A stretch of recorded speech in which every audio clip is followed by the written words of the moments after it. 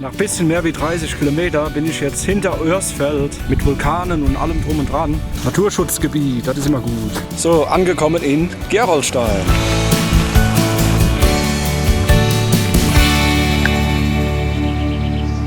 Bin ich schön über die A1 gefahren, dann auf die A48 mit dem Motorrad.